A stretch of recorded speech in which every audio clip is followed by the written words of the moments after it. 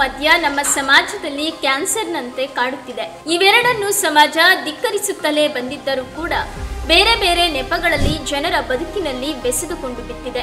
ಹಿಂದೆಲ್ಲ ಜೂಜು ಎನ್ನುವುದು ಮನೆಯ ಹೊರಗೆ ನಡೆಯುವ ವ್ಯವಹಾರವಾಗಿತ್ತು. ಆದರೆ ಆನ್ಲೈನ್ ಗೇಮಿನಿಂದ ಇಂದು ಜೂಜು ಎನ್ನುವುದು ಮನೆಯೊಳಗೂ ಕಾಲಿಟ್ಟು ಬಿಟ್ಟಿದೆ.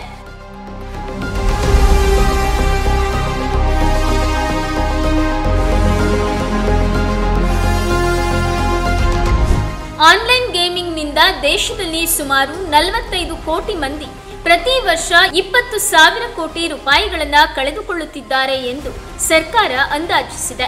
ಇದು ಸರ್ಕಾರದ ಅಧಿಕೃತ ಅಂಕಿಅಂಶವಾಗಿದ್ದು, ಅನಧಿಕೃತವಾಗಿಯೂ ದುಡ್ಡು ಕಳೆದುಕೊಳ್ಳುತ್ತಿರುವವರ ಸಂಖ್ಯೆ ಹೆಚ್ಚುತ್ತಲೇ ಇದೆ.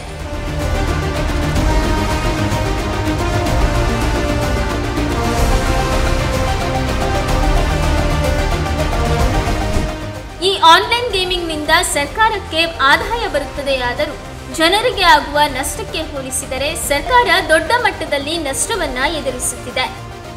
ದೇಶದಲ್ಲಿ ಆನ್ಲೈನ್ ಗೇಮಿಂಗ್ ಬೃಹತ್ ಉದ್ಯಮವಾಗಿ ರೂಪಾಂತರಗೊಂಡಿದ್ದು, ಆನ್ಲೈನ್ ಗೇಮಿಂಗ್ ಉದ್ಯಮದಲ್ಲಿ 3.7 ಶತಕೋಟಿ ಡಾಲರ್ಗಳನ್ನು ಹೂಡಿಕೆ ಮಾಡಲಾಗಿದ್ದು, 2029ರ ವೇಳೆಗೆ ಇದು 9.1 ಶತಕೋಟಿ ಡಾಲರ್ಗೇರುವ ಅಂದಾಜು ಮಾಡಲಾಗಿದೆ.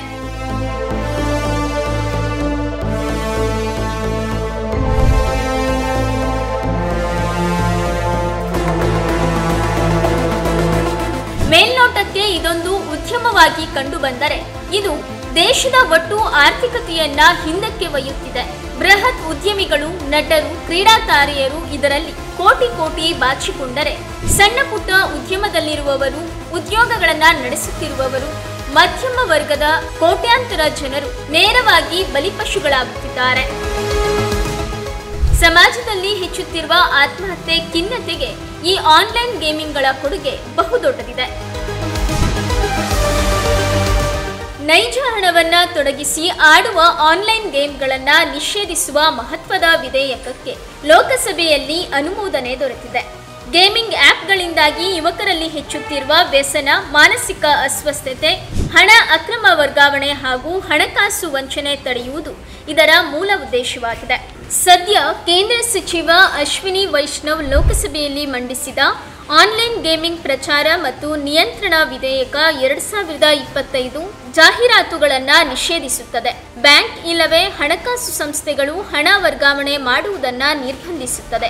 ಪೋರ್ಕರ್, ರಮ್ಮಿ ಮತ್ತು ಇತರೆ ಕಾರ್ಡ್ ಆಟ, ಆನ್ಲೈನ್ ಲಾಟರಿ, ಬೆಟ್ಟಿಂಗ್, ಜೂಜುಗಳಿಗೂ ಕಡಿವಾಣ ಹಾಕುತ್ತದೆ. ದೋಷಿಗಳಿಗೆ 3 ವರ್ಷದ ತನಕ ಜೈಲು ಶಿಕ್ಷೆ ಹಾಗೂ 1 ಕೋಟಿ ರೂಪಾಯಿ ದಂಡ ವಿಧಿಸಬಹುದು.